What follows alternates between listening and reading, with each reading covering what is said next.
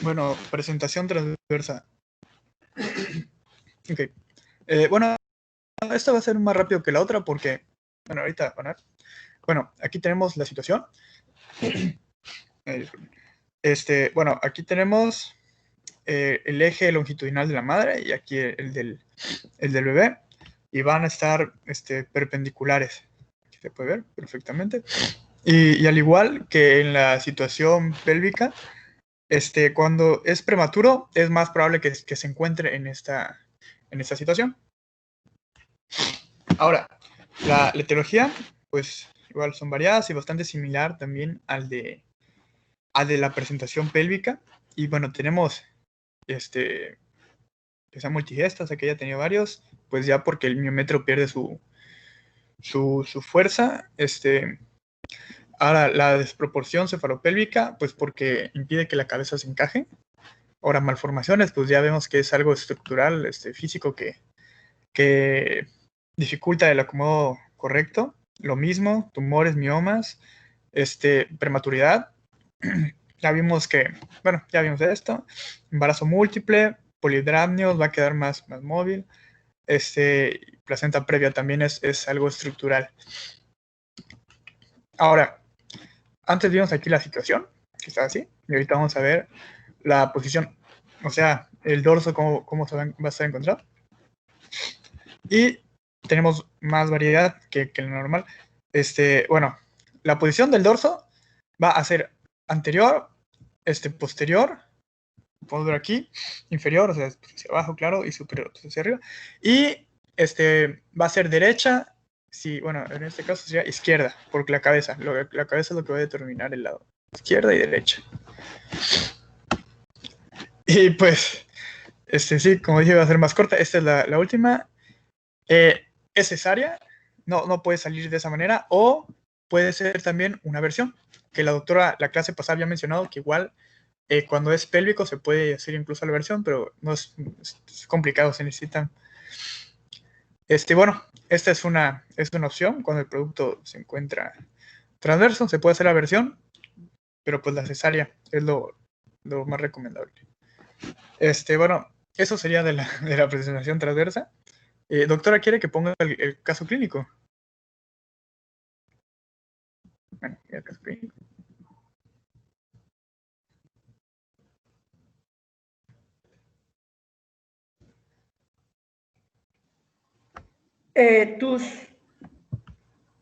Las complicaciones, en el caso de la cesárea, ¿qué tipo de cesárea? Ok.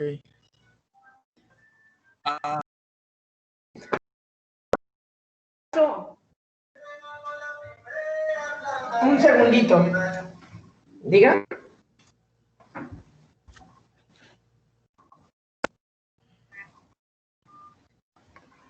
En el caso de las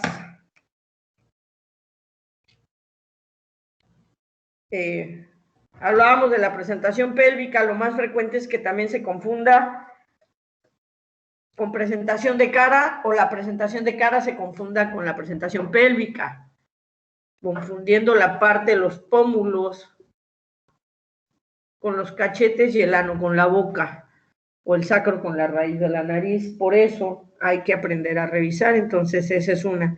En el caso de las transversas, junto con la pélvica completa, ¿cuál sería uno de las complicaciones frecuentes que pueden ocurrir? Tú leíste el tema y tú lo sabes. Perdón. ¿Puede ser un prolapso de cordón, doctora? ¿Puede ser o es? Bueno, es prolapso de cordón. El prolapso de cordón. Muy bien. ¿Y qué es el procúbito?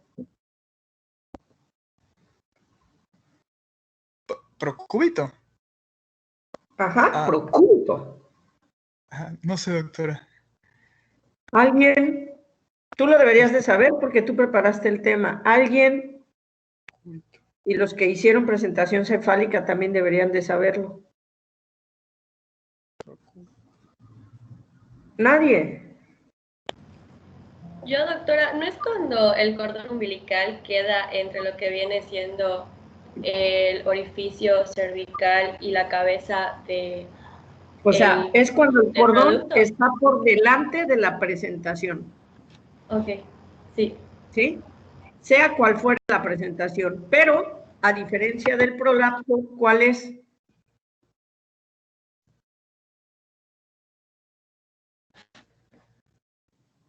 Porque el prolapso también está por delante de la presentación, ¿no? ¿Cuál es la diferencia? ¿Que no ha salido el cordón? ¿Por qué? Por que las bolsas siguen íntegras, las membranas siguen Así íntegras. es. Así es.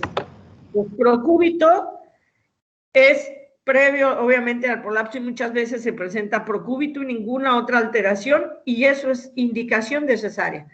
¿Por qué? Porque es muy probable que se prolapse el cordón y nos metamos en problemas. Entonces, también es una de las complicaciones, una de las distocias que pueden presentar, que obviamente no van a permitir que haya una evolución de un trabajo de parto. Ok. Y entonces su compañero dice que al igual que en la pélvica, la versión cefálica externa se puede hacer. Porque una transversa se puede hacer o pélvica o se puede hacer cefálica. Al igual que las oblicuas se cree que son transitorias, sin embargo, pues se presentan, ¿verdad? Entonces, las complicaciones. De la versión, doctora. De la Pues propia presentación transversa junto con la versión. Es que el tema queda incompleto si no pones, ya dijiste que es cesárea, ¿qué tipo de cesárea? no sé, doctora, no sé qué tipo de cesárea. Y eso viene en el libro. Así. Bueno, ¿Lo leíste? en el Williams no encontré esta, doctora. Esta representación transversa. No me digas eso. Sí. Bueno, tengo que buscarlo mejor. O sea, no sé entonces en qué Williams revisaste. Sí, no sé. Pero Bueno, la gran mayoría indican que el tipo de cesárea es una cesárea corporal, o lo que antes llamaban clásica. Inclusive acá la utilizan mucho para minimizar, precisamente por la posición transversa en la que está, el riesgo de alguna fractura o de una mala manipulación del producto. Sin embargo, está bien descrito que las histerotomías arciformes o las cesáreas segmentarias tipo Kerr, sobre todo cuando los dorsos son inferior o superior, porque ya les mostró su compañero que puede ser anterior, posterior, pero solamente cuando son inferior o superior. Un segundito. ¡Ey! Es que va a pasar el camión de la basura y mis perros se alborotan un poquito.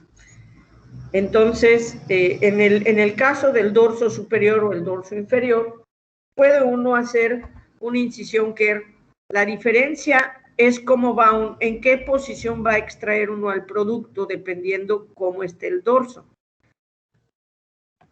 Siguiendo el primer paso, el mecanismo de trabajo de parto, Ana, ¿cuál era el primer paso, el mecanismo de trabajo de parto?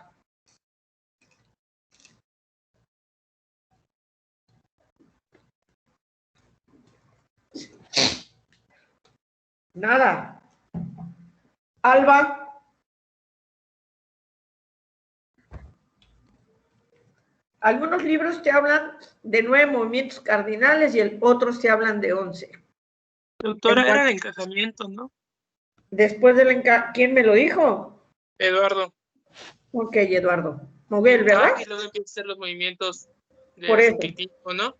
Por eso, pero para encajarse, ¿qué tiene que hacer primero?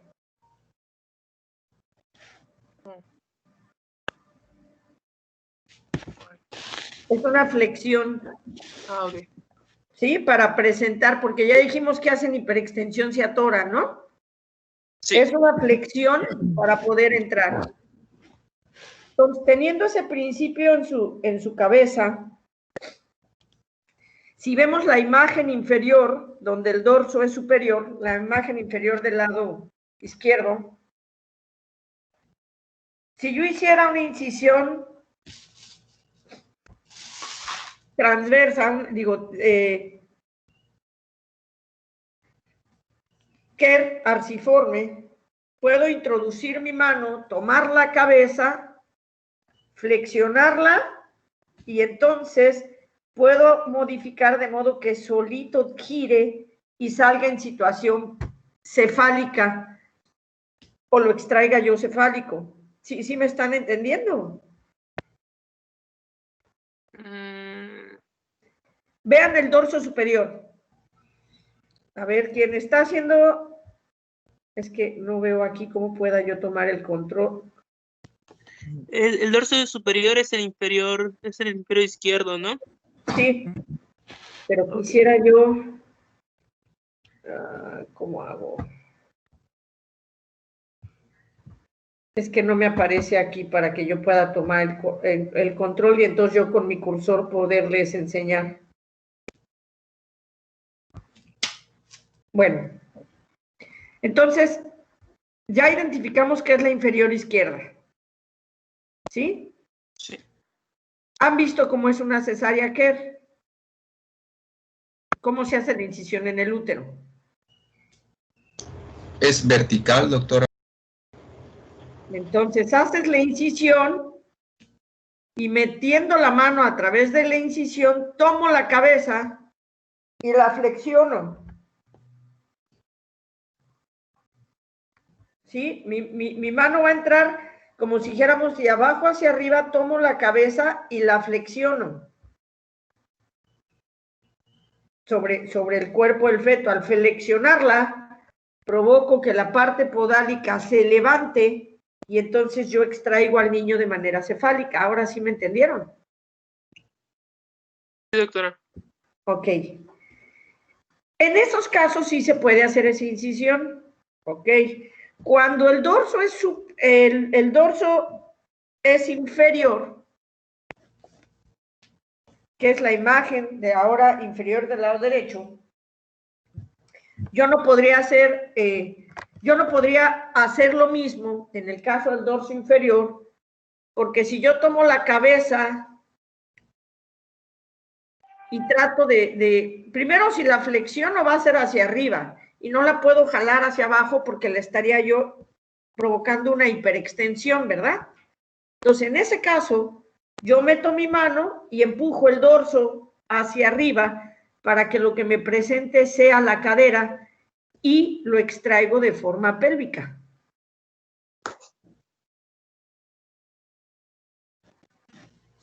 ¿Ok? Sí, ¿quedó claro? Sí, doctora. Nada más una pregunta. ¿Este movimiento que está describiendo es antes después del encajamiento, ¿no? Cuando hace la flexión? Estoy hablando de la cesárea. Sí, O sea, pero les pregunté cuáles eran los movimientos para que entendieran cómo es el mecanismo y entonces cómo lo voy a hacer más fácil yo para sacarlo, haciendo una flexión para que pueda yo abordarlo. Es lo que nos había comentado de que básicamente se hace lo mismo que sería en un parto natural. Exactamente, Mismas maniobras, las mismas posiciones para que salga el bebé. Exactamente. Entonces, obviamente no está encajado porque yo lo voy a sacar a nivel del segmento. Pero lo que sí voy a hacer es la flexión. Digamos que lo que va a cambiar aquí es, hago la flexión, meto mi manita, mi mano sirve de valva, y ahí es donde el bebé desliza sobre mi mano, rota y ya lo puedo yo jalar. Digamos que me estoy brincando todos esos pasos porque ya no bajo por el canal de parto.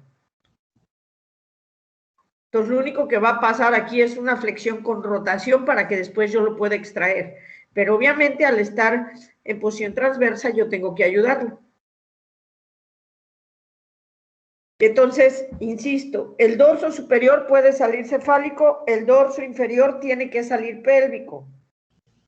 Entonces, empujo el dorso junto con la cabeza hacia arriba un poquito, me presenta la cadera, va a ser una presentación en este caso como si fuera la de nalgas, y entonces lo voy a sacar, voy a hacer la extracción a partir de poner mis dedos en las crestas, los pulgares en el sacro y empiezo a hacer la extracción con todas las maniobras que ya vimos ayer.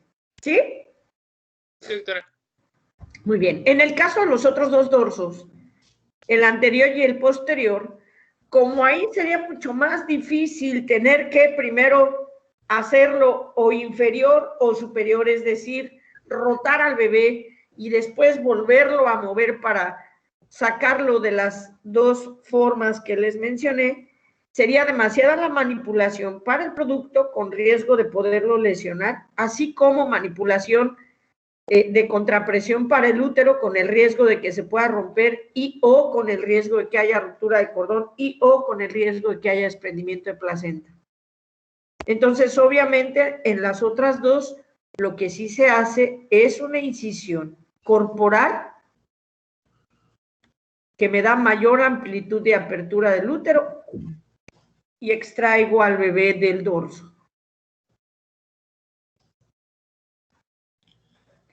No es lo ideal hacerla corporal, ¿por qué? Porque obviamente el segmento es un área de adelgazamiento que se presta para que uno pueda hacer la incisión, pueda cerrar, tenga menos riesgo de ruptura y no tenga tanto impacto a futuro obstétrico. En cambio, la corporal, que es una zona gruesa muscular del útero, tiene que quedar clarísimo en las indicaciones a posteriori y en su hoja evolución de la paciente que fue una histerectomía corporal, porque a diferencia de las otras, en el caso de los antecedentes de cesárea y que haya sido corporal, ahí sí cesárea siempre es cesárea. Mientras que en la segmentaria, no necesariamente después de una cesárea tiene que ser cesárea forzosamente. ¿Sí? Entonces, el riesgo de ruptura es más alto en las corporales. Entonces, esa es otra de las indicaciones para una cesárea corporal, una situación transversa. Puede haber prolapso de miembro pélvico, sobre todo cuando la presentación del dorso superior, prolapso de cordón, prolapso de miembros pélvicos, prolapso de miembros torácicos, obviamente, si la habilidad del cirujano no es muy buena, puede haber también extensión de la histerotomía, desgarros uterinos, mayor sangrado, por la distensión hacia los lados en que no está listo el útero, también si tiene actividad podemos tener ruptura, etcétera, etcétera. ¿Ok?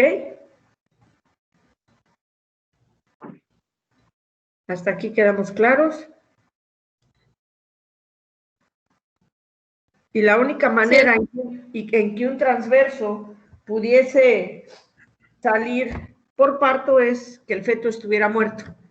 Y entonces se va a doblar literal sobre sí mismo y llegan a salir. Y eso por asegurar y proteger el futuro obstétrico de la mamá, ¿no? Generalmente no ocurre y bueno,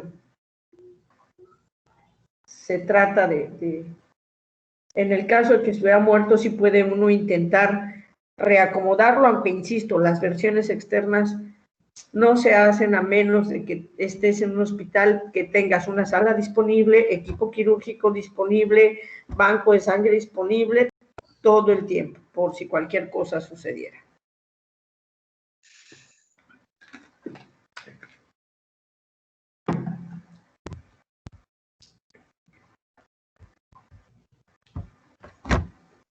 ¿Continúa? Sí, doctora. Bueno,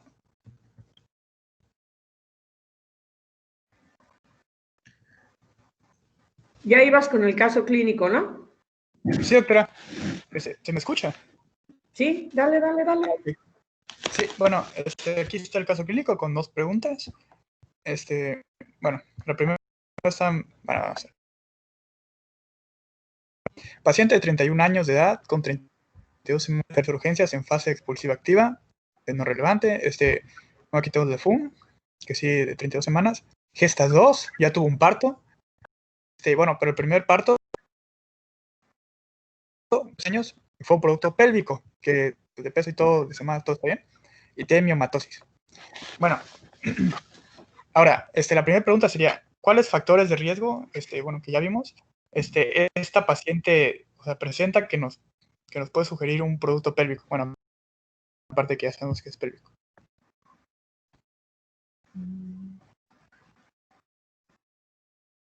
No sé si alguien quiera. No puse que era pélvico. El tener producto pélvico anterior es un factor de riesgo. Ok. Sí, el antecedente y también la miomatosis son los 2 principales que veo. ¿Quién más? ¿Quién dijo eso? Lionel. Leonel. Ok. Sí. La miomatosis y el antecedente. Ok. ¿Quién más?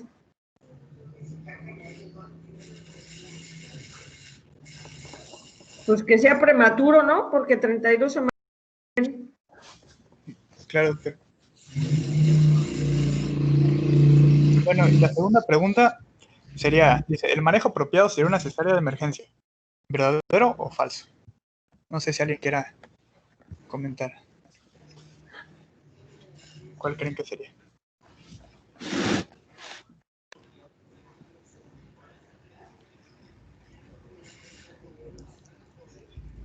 Por ahí piensen nada más, 32 semanas. ¿Como cuánto pesaría de acuerdo a las tablas?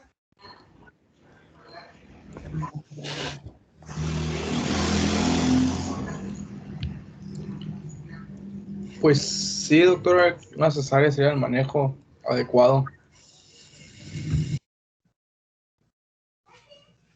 Digo, no me contesten a mí, su compañero fue el que preguntó. Pues sí, Walta. Cesárea es un manejo adecuado. Pues, bueno, está complicado. Yo igual pensaría que es el adecuado. Bueno, la doctora mencionó que, bueno, gracias. La doctora mencionó que sí puede ser, o sea, sí se puede tener un parto que sea un producto pélvico, si está todo en orden y está todo bien. Bueno, la pelvis ya podemos ver que ya fue probada. Igual con un producto pélvico, de hecho, fue probada. Pero no era prematuro. Y aparte, pues ya vemos que es prematuro. Y aparte tiene miomatosis que se puede complicar. Así que, a mi parecer, creo que sí sería verdadera. Bueno, de hecho lo puse así, pues, no sé, si está. Creo que sí es verdadero. Sí, el manejo ese de una cesárea de urgencia, por supuesto que es el indicado. Que por las semanas que pusiste, calculando que va a tener un peso como de 1,8 kg, 2 kilos más o menos, si me llega en fase expulsiva activa, literal lo estoy recibiendo. No me da tiempo ni de decir, César, ya lloró el bebé. Muy chiquito. O sea, si me hubieras dicho llega con 8 centímetros, 7 centímetros, pues corremos, ¿no? Pero una fase expulsiva activa significa que está en tercer plano. Y con 32 semanas y 1 kilo o 2 kilos, la paciente ya ni siquiera voy a decir que puja, tose y el bebé nace. Es verdad, doctor. Pero está bien, así es como quiero que lo hagan. Ya vieron más o menos cómo es. Y obviamente, muy cierto, el otro, un parto de 3,200, quiere decir que tiene una pelvis adecuada en dimensiones o a lo mejor un poquito mayor y fue probada por un parto pélvico. Entonces, si este no fuera prematuro, no habría contraindicación ya estando en una fase expulsiva de no ser parto, lo podríamos atender. Pero obviamente 32 semanas que está llegando en fase expulsiva, pues lo ideal, si me hubieran puesto ahí que tenía menos, esto me podría ayudar, ya no a maduradores, porque no me va a dar tiempo, a lo mejor solamente darle una dosis de dexametasona de acción rápida, porque lo voy a sacar de inmediato. Ya protección neurológica no, y obviamente me tengo que apurar. ¿Por qué? Porque hay que salvaguardarlo, y sí, es una cesárea, porque es un bebé prematuro de menos de 2,500, ¿no? Les digo, parece gestacional más o menos entre 1,800, 2 kilos, regalémoslos, si le quieren regalar 200 gramos, 200, pero no más. Entonces no es un producto para un parto, ¿ok? Sí, doctor. Muy bien. ¿Dudas, preguntas?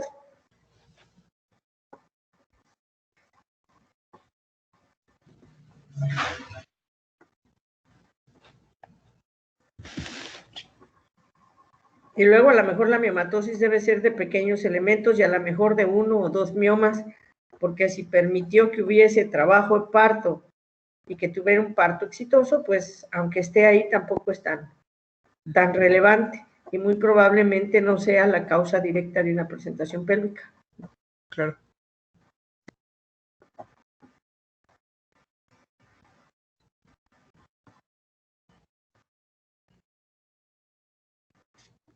Pues esto sería todo por mi parte, Ok. doctora. El equipo que sigue. Sí, muchas gracias. Va mi otro compañero, doctora. Ah, sí, Eduardo, nos falta. Sí, Perdón, gracias. Eduardo.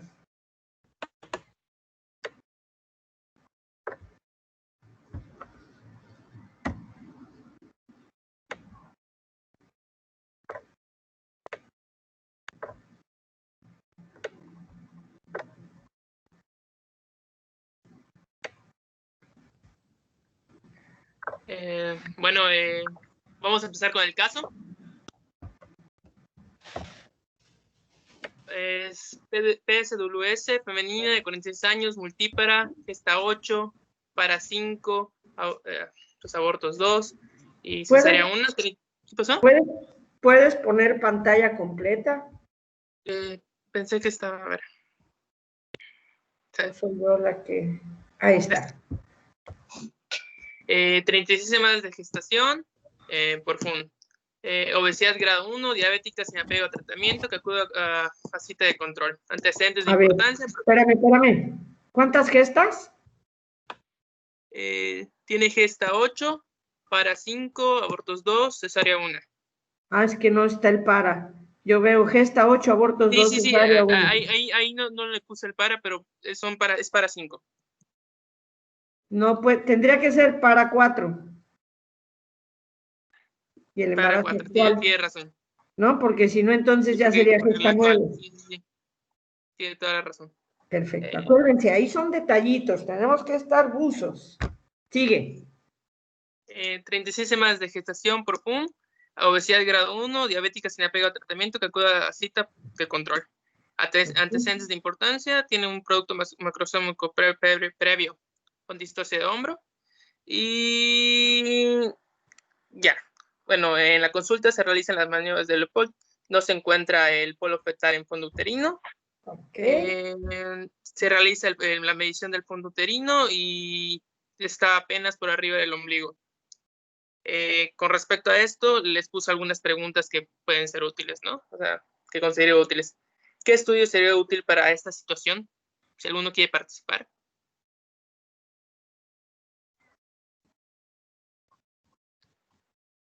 ¿Saben cuál me expongo? Entonces,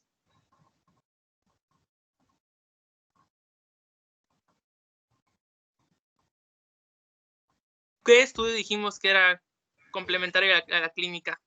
Pues un USP. Ándale, un ultrasonido sería útil. ¿Qué datos sería útil obtener de ese ultrasonido? El diámetro biparietal. Puede ser el diámetro bilateral. ¿En qué dirección está? Ya vieron que el fondo uterino, en el fondo uterino no está el polo del fetal. Podría ser bueno obtener cuál es eso. Pero como tenemos a una paciente, pues, que ya está entrada en edad, es multípara, tiene antecedente de bebé macrosómico, pues también sería muy útil considerar el peso del producto. ¿Cuándo se programa una cesárea? Si hablamos de un producto macrosómico, ¿cuándo se decide que ya es cesárea?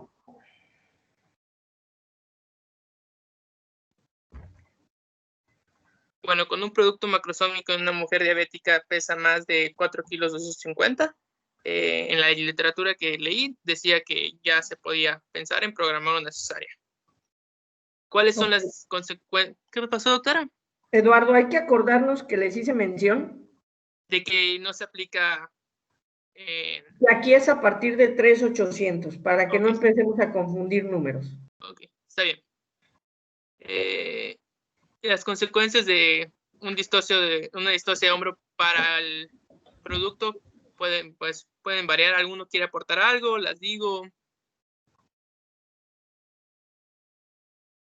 Yo preguntaría algo. Sí, doctora. Digo, yo sé que vas a dar macrosomía, Sí. pero es obesa grado 1, diabética sin apego a tratamiento. Ok. Podría yo pensar también en un RCIU. ¿Por qué más que una macrosomía? Porque me dijiste que a las maniobras no se encuentra el polo fetal en fondo uterino. Entonces, o está más chiquito o directamente lo que voy a pensar es que en realidad está transverso. Así es. Porque tampoco me dijiste, no está en fondo, pues tampoco me dijiste si lo localizaste en algún lado. Entonces, de ahí sospecho que está transverso, ¿no? ¿Cuál sería lo importante? Pues más que medir el diámetro biparietal, porque en este momento no me va a interesar. Sí, el peso del producto, ¿no? Es localizar el dorso primero y el peso del producto. Porque con 36 semanas va a estar arriba de 2,400. ¿Sí? Pero obviamente ya el peso, pues en realidad no va a ser parto. Aunque tenga para 4, no va a ser parto porque está transverso. Sí, lo que pasa es que el caso lo fui haciendo poco a poco con todo lo que leí y lo fui enfocando en un producto macrosómico transverso. Entonces, por eso quedó así. Pero tampoco me calculaste, o sea, ok, macrosómico transverso. Híjole, un macrosómico transverso difícilmente te va a llegar a las 36 semanas. Ah, bueno, eso no. Porque estiraría tanto el útero que lo rompe. Lo rompe. Okay. Pero bueno, vamos a suponer que sí.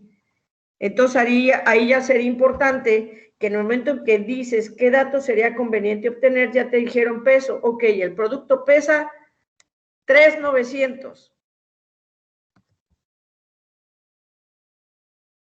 Ah, bueno, y por eso era la siguiente pregunta de cuándo se programa una cesárea. Exactamente. Sí. Entonces dice 3,900 con 36 semanas, diabética, pues de inmediato le doy a lo mejor nada más su dosis de maduración, le doy 48 horas y lo saco. ¿Por qué? Porque aunque tenga 36 semanas, ya es macrosómico, ya tiene ese peso, está transverso, el útero se va a romper.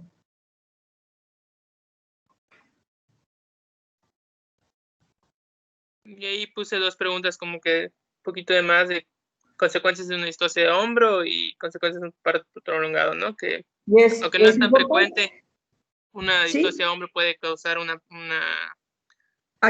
lesión del plexo braquial, que puede condicionar una parálisis de Ehrp o una parálisis de Klump. Ajá. Y pues también el trabajo de parto prolongado, ruptura de útero, formación de alguna unidad de contracción porque no va a salir ese producto, prolongación de algún miembro, etcétera. Sí, entonces después de que preguntaste cuándo programar una cesárea, ok. En el caso de que esta presentación viniera cefálica y tuviéramos una distosia de hombros, ahora sí, ¿cuáles serían las consecuencias de una distosia de hombros? Ya las dijiste. Ok, ¿cuáles son las consecuencias o cómo impacta en el trabajo de parto la distocia de hombros. ¿Qué provoca? Puede provocar ruptura uterina, puede Ajá. provocar... ¿Qué? Si el trabajo de parto prolongado puede hacer que haya hemorragia postparto, puede hacer que haya atonía. Pero lo más importante es que si se está prolongando por una distocia de hombros, la muerte del feto. Ah, sí. ¿No? Ok. Bueno, y Muy bien estructurado. después sí Ahí, iba... con detalles, entré poco a tema, poco. Dale. que bueno, mi tema es macrosomía fetal. ¿Qué es una macrosomía fetal? Bueno, básicamente la macrosomía fetal es cuando el peso de bebé, según la literatura, son 4 kilos, según los datos para aplicables aquí en México, 3,800. También había se puede utilizar las tablas de crecimiento, que si está arriba del percentil 90, pues se considera un producto macrosómico. Existen ciertos factores de riesgo, la obesidad, diabetes gestacional o diabetes, pues como antecedente del paciente, una gestación post-término, la multiparidad, edad avanzada y lactante macrosómico previo, que fue básicamente los datos que traté de ponerles en el caso para que se orientaran un poco.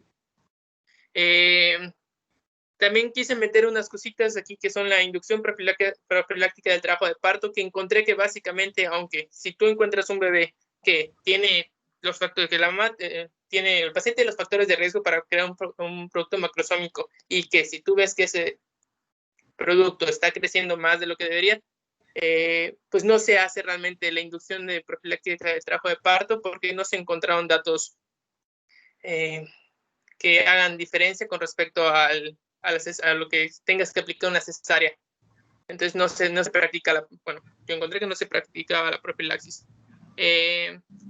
Los criterios para programar una cesárea, que cuando tú detectas que ese producto ya es macrosómico, ya tiene las semanas, y bueno, y ¿por qué es importante la prevención en distocia de hombros? Porque tiene consecuencias tanto para el producto como para la madre. En cuanto a la inducción profiláctica, en realidad es algo que desde hace mucho tiempo es, digamos que algo no escrito ni descrito, pero que se usa.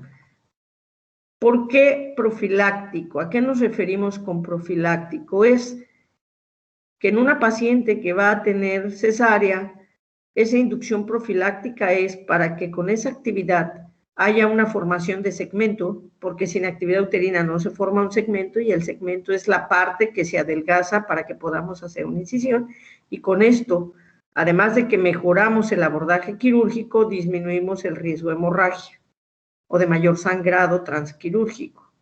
Para eso se utiliza, más que para probar o ver si puede ser.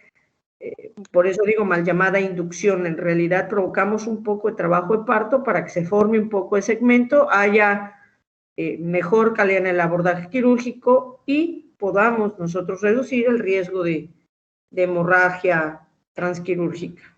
Ok. Bueno.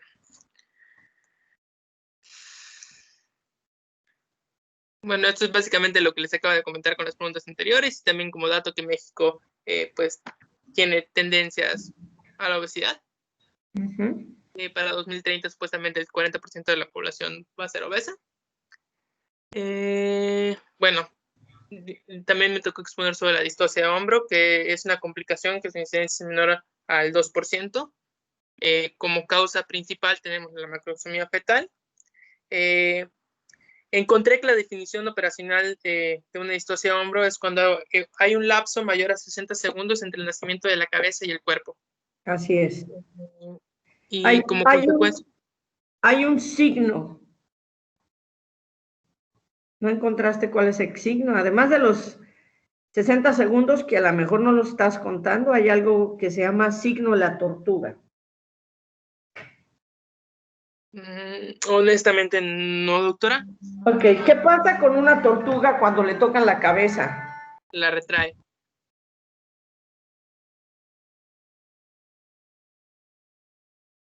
La guarda en el caparazón, ¿no? Ajá. Entonces, ¿qué ocurre? Que la mamá está pujando y cuando puja se asoma, estira la cabeza, deja pujar y se vuelve a retraer. A eso se le llama signo de la tortuga. Y eso es algo característico para sospechar que te está ocurriendo una distocia de hombro. Digamos, en el caso, como tú mencionaste, toda la literatura te dice, después de 4 kilos 300, y entonces tú calculaste 3,800, 3,900 y dijiste, sí es parto. Ya completó su dilatación, su borramiento, ya pasaste a tu paciente expulsivo, ya salió la cabeza y signo de la tortuga. O más de 60 segundos ya expulsó la cabeza. ¿Qué está pasando? Pues hay una Tiene una probable distocia de hombro y tienes que proceder a las maniobras para liberar esos hombros. Así es. Bueno, antes de pasar a las maniobras, que es la siguiente diapositiva, es las consecuencias, pues bueno, para la madre, para el paciente, puede ser una hemorragia, posparto, puede haber una atonía uterina, y para las consecuencias fetales o para el producto son lesión del peso braquial. Doctora, aquí tengo una duda.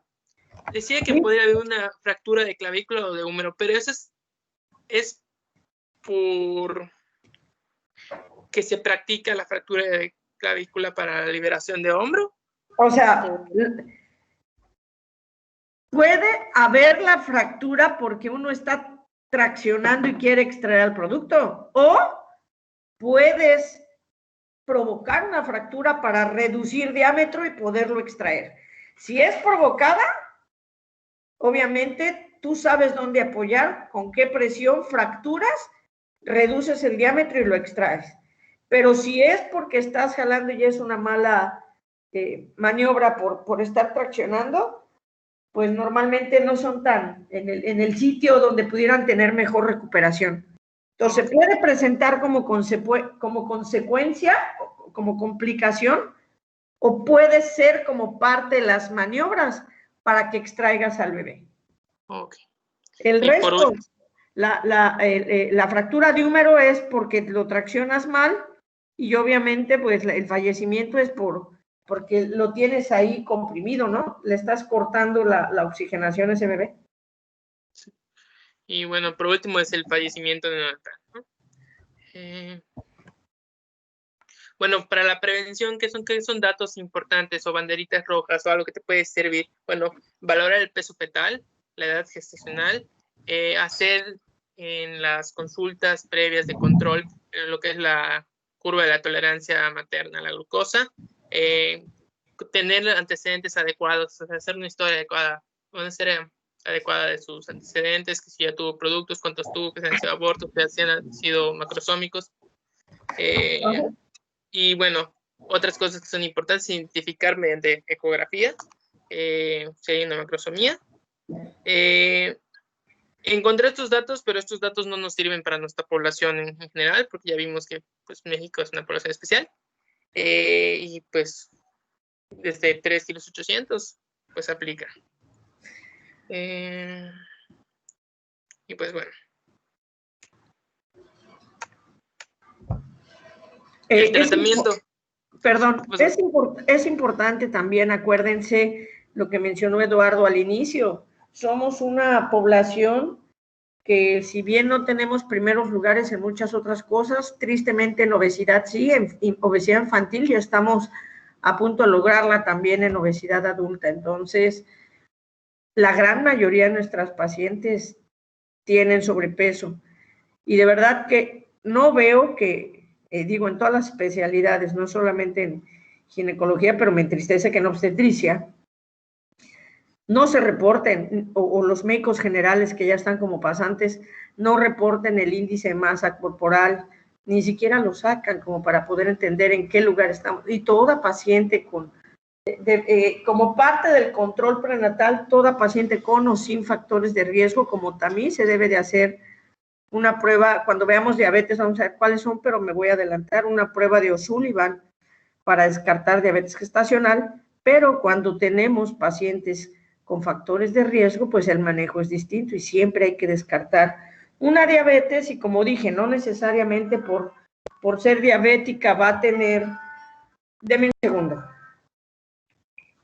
¿Sí? Hola, oye, no seas malito, me llamas en un momento, estoy en clase. Gracias, bye.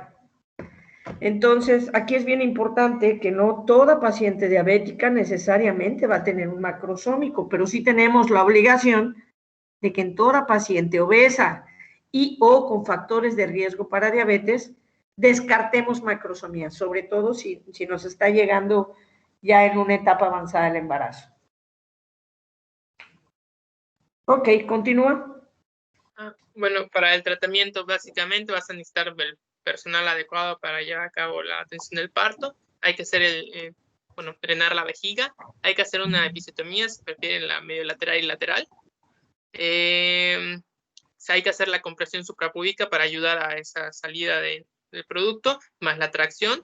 Y luego, si se llega a dar estas situaciones que probablemente se van a dar, se tiene que hacer las maniobras, bueno, la maniobra de Woods,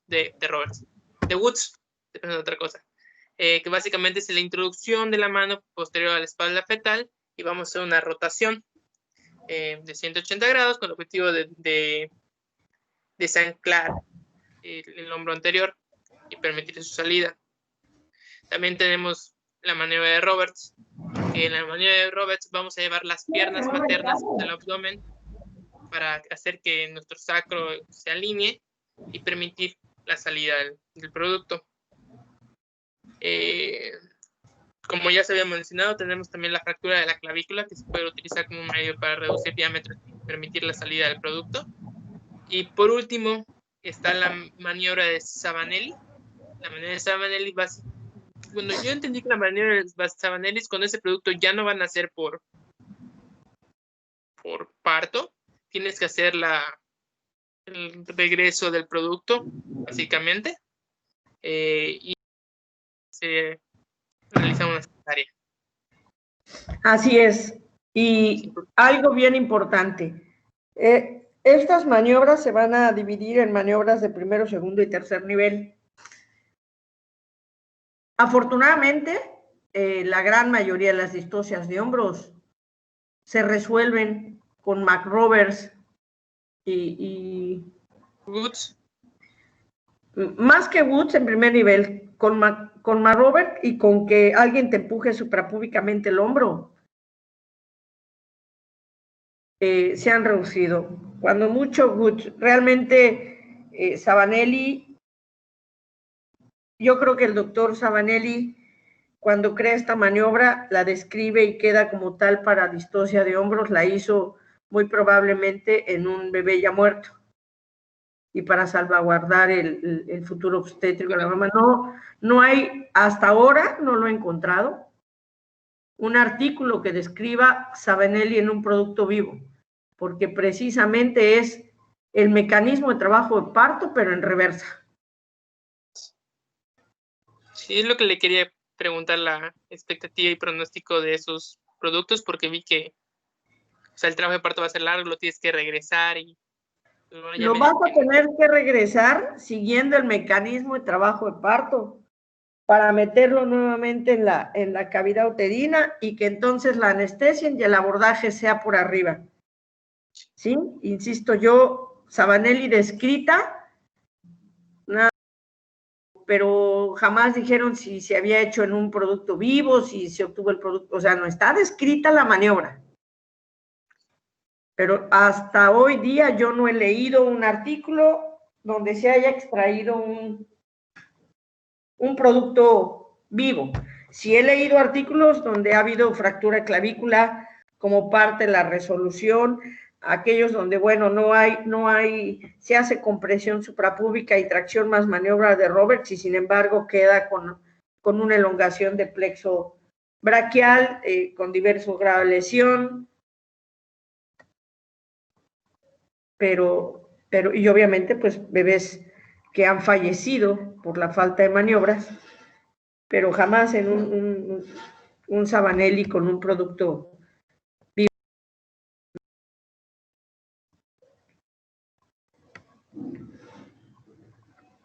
Bueno,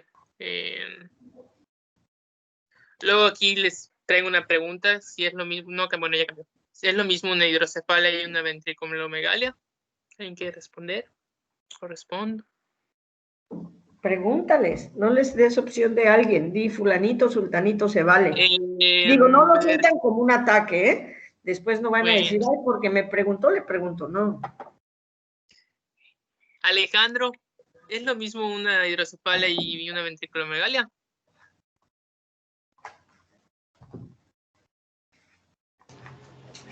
Yo pienso que no, porque la hidrocefalia, pues yo la tengo como una acumulación de líquido, pues en lo que es la cavidad craneana. En cambio, la ventriculomegalia está siendo más específico, que a nivel de los ventrículos, pues se están expandiendo, ya sea por líquido cefalorraquídeo o por alguna masa que esté ahí. Ok, es correcto. Una es la acumulación de líquido y el otro los ventrículos pueden crecer por diferentes circunstancias, ¿no? Gracias. Bueno, la hidrocefalia puede ocurrir por distintas razones. Puede ser por lesiones ocupativas, por una alteración en la neurogénesis o por infecciones. Es el resultado de un desequilibrio entre la producción y absorción del líquido cefalorraquídeo. Lo que va a aumentar la presión intracraneal, que en este caso, como es una población específica, se va a compensar y se va a dar ese aumento sin que haya tantos, en un principio se queden tantos problemas, porque al no haber la osificación de suturas, el cráneo se puede expandir hasta un cierto punto.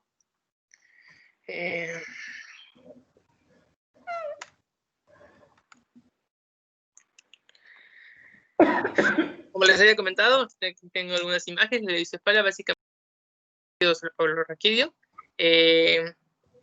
Los diámetros normalmente son de 32 a 38 centímetros. En una hidrocefalia son diámetros mayores de 50 centímetros. Y es comúnmente asociado a malformaciones del tubo neural. Aquí les puse unas imágenes de un tratamiento a una hidrocefalia, que es básicamente una derivación para quitar el volumen.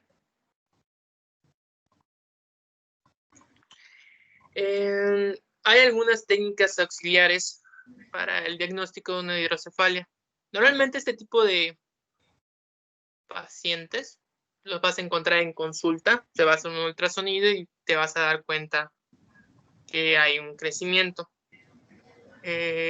Vas a ver un diámetro atrial transverso pues aumentado, vas a ver un ventrículo lateral grande y pues pueden haber dilataciones aisladas de los ventrículos laterales y del tercer ventrículo. Pues esto se da cuando hay una estenosis del acueducto de Silvio, que es por donde se libera el líquido cefalorraquídeo. O sea, toda la vía a través de la cual pasa el líquido cefalorraquídeo juega un papel importante para que pueda haber hidrocefalia, ¿no? Entonces, cualquier obstrucción en cualquiera de todo este canal por el que transcurre, cualquier alteración que se dé, va a provocar que empiece a haber acumulación en ese recambio y obviamente inclusive afectando entrada, salida a nivel de médula espinal. Por ejemplo, un mielomeningocele puede provocar una hidrocefalia, ¿sí? Entonces, se ve aunado siempre a diferentes defectos y obviamente dependerá dónde esté y el grado de esta, el número que veas tú, ya sea el diámetro atrial o ventrículo lateral o la dislatación aislada, será lo que tú, qué tan severo será lo que tú encuentres. Aquí lo importante es localizarla de manera temprana. ¿Por qué? Porque este aumento de presión de líquido lo que va a hacer es comprimir masa encefálica y dependiendo del área donde esté y lo que esté comprimiendo va a ser el daño que pueda causar. Obviamente el ultrasonido estructural hecho por un médico especialista en medicina materno-fetal a la edad adecuada, haciendo estos estructurales, pues va a haber marcadores bioquímicos que nos señalen alguna alteración, pero los ultrasonidos estructurales nos van a hablar de una adecuada conformación estructural fetal, descartando en ese momento hidrocefalia, que se puede presentar en el transcurso de la evolución del trabajo de parto, que es lo que a nosotros nos va a interesar, pero también se puede presentar después del nacimiento, si no se identificó alguna lesión. Bueno, un estándar de oro sería la resonancia magnética. No sé qué tanto realmente se practique. Supongo que con el ultrasonido. La gran mayoría sí es el estándar de oro. Se va más que practicarla porque no contamos con la facilidad más que en el HRI, pero en realidad lo que sí se hace y es post nacimiento, o sea, ya la identificamos, ya la atendiste, se hace tomografía axial. Pero aquí estamos hablando de la hidrocefalia como causa de distosia de trabajo de parto, más que como patología, como causa de distosia de trabajo de parto, ¿ok? Sí, doctora.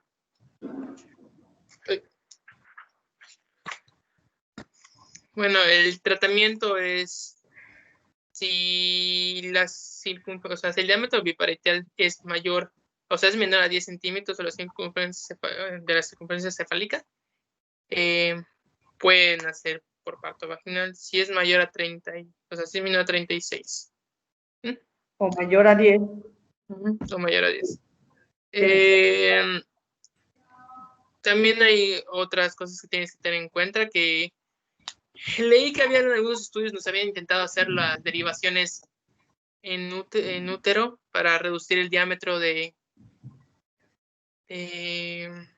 pues de la hidrocefalia, de las cabezas, pero leí que también que solo se hacía en partos que tienen incompatibilidad con la vida, porque esos no tienen buenos resultados. Terminan lesionando el órgano espérame. Las derivaciones no. Sí, no se aplican, porque terminan... No, escúchame. No se han intentado las derivaciones, no.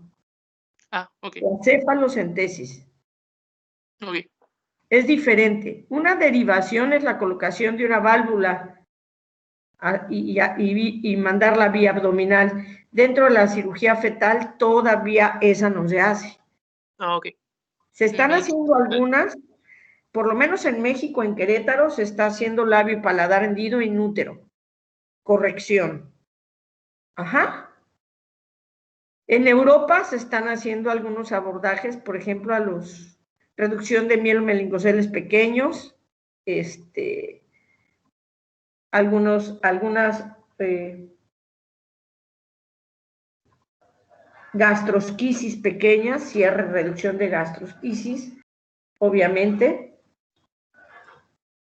y labio y paladar hendido, por supuesto, pero la colocación, cuando tú hablas de derivación, es colocar la válvula con su derivación hacia abdomen. Es un tipo de cirugía que sí se piensa como manejo, sobre todo, obviamente, si el bebé es compatible con la vida, pero cuando la hidrocefalia es, todavía no ha habido práctica de cirugía fetal in útero de una derivación, o sea, colocar una válvula Pons, por ejemplo. Pero ¿qué se ocurre? Hay que valorar si por el grado de hidrocefalia y la compresión de la masa encefálica esté comprometida la vitalidad del producto, porque mientras esté adentro, aunque tenga mucha compresión y esté la conexión materna, pues va a tener oxigenación, ¿no? Y va a haber frecuencia y demás. Pero qué tan compatible sea con la vida ese grado de lesión. Si no es compatible, si ya sé que el resultado finalmente va a ser la muerte del feto, no le voy a aumentar el riesgo a la mamá realizándole una cesárea para extraerlo, y entonces sí puedo practicar una cefalocentesis, reduzco el diámetro y permito un parto vaginal.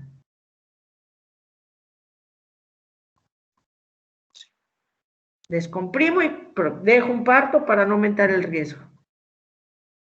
Pero si ese bebé es compatible, Hay que Eso. sacarlo y la derivación la hace el cirujano, el neuropediatra. ¿Ok? Entonces, cefalocentesis es diferente a una derivación. Sí, yo me la expresé. ¿Ok? La derivación es tratamiento de por vida y la cefalocentesis es manejo para decisión de la vía de interrupción y solamente se ocupa en paciente no compatible con la vida. Y bueno, con los productos compatibles se practican las cesáreas verticales largas para permitir la salida de ese producto. Entonces, corporales, obviamente, para manipularlo lo menos posible y no causar más daño del que ya tiene. Sí. Ok. Y pues bueno, eso sería prácticamente todo mi tema, el manejo. ¿Tiene algo que agregar, doctora? ¿Algo que dije mal o no le pareció o algo que me faltó mencionar? Bueno, está bien ahí. Las aclaraciones siempre las voy haciendo conforme Okay. vamos pasando. Espero que no les incomode. Prefiero puntualizarlo en el momento porque si luego se hace al final, se nos olvida o se nos llega a pasar en donde nos equivocamos. Entonces vamos haciendo las aclaraciones. ¿Preguntas o dudas?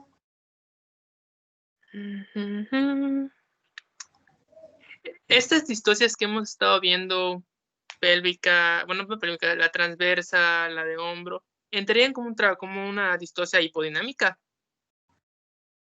No, acuérdate que cuando hablamos de hipodinamias o dinámica, hablaremos solamente de contracción uterina. Ok. Estas son debidas ya sea a la estructura ósea, a la estructura del producto, todo lo que tenga que ver con él, su formación, su tamaño, su posición, su situación. La otra será en cuanto a la parte ósea o blanda del canal del parto, ya sea por una malformación, por una fractura, por una tumoración, y las que tengan que ver con la dinámica en la contractilidad uterina. Que se puedan presentar al mismo tiempo es distinto. Puede haber una hipodinamia y esa hipodinamia sumada con otra distocia que sea propia del feto o con una distocia en la pelvis. Perdón, con una alteración en la pelvis y nos va a dar 3 distocias y que al final la traducimos a lo mejor en un trabajo de parto estacionario. Okay. Pero que tienen que ver todas. ¿Sí me explico? Sí, doctora, muchas gracias. O sea, es independiente. Cada una, la pélvica va a depender del producto. El producto se abocó mal y insisto, es una distocia en el sentido de que si no tenemos la preparación adecuada para extraerlo, se convierte en un problema, pero un trabajo de parto puede evolucionar bien aún teniendo una presentación pélvica. La ponemos por el grado de complicaciones que se pueden dar y de lesiones sobre el feto que se han encontrado. Hace unos días un residente extrajo un producto pélvico, hizo mal su maniobra, apoyó sobre la parte media del húmero y lo fracturó. Y fue una mala maniobra, ¿no? Entonces, insisto, aquí es identificar para saber cuál va a ser el abordaje y preservar el futuro obstétrico de la mamá y el futuro, disminuir la morbimortalidad del bebé y de la madre, obviamente, pero volveré pélvico por las dificultades. El transverso, sí, como tal, es una presentación o una situación que va a alterar la dinámica uterina y que obviamente pues puede hacer que se hagan anillos de contracción y puede provocar que haya una ruptura. Va a alterar la dinámica de la contracción, pero per se es una distocia por situación transversa sumada al efecto que va a tener sobre el músculo para que haya una respuesta inadecuada en la contractilidad. ¿Sí quedó claro, Eduardo? Sí, doctora, muchas gracias. Ok. ¿Alguien más? ¿Alguna otra pregunta? Porque todavía nos falta ver y vamos a ver entonces las alteraciones dinámicas, las distocias dinámicas. Y aquí ya a quien le toca, le pedí de favor que haga un resumen chiquitito de lo que es contractilidad uterina para que veamos triple gradiente, recordemos un poquito la fisiología de este tipo de contracción en el caso del útero y entendamos las hiperdinamias, las hipodinamias o las disdinamias que se van a presentar.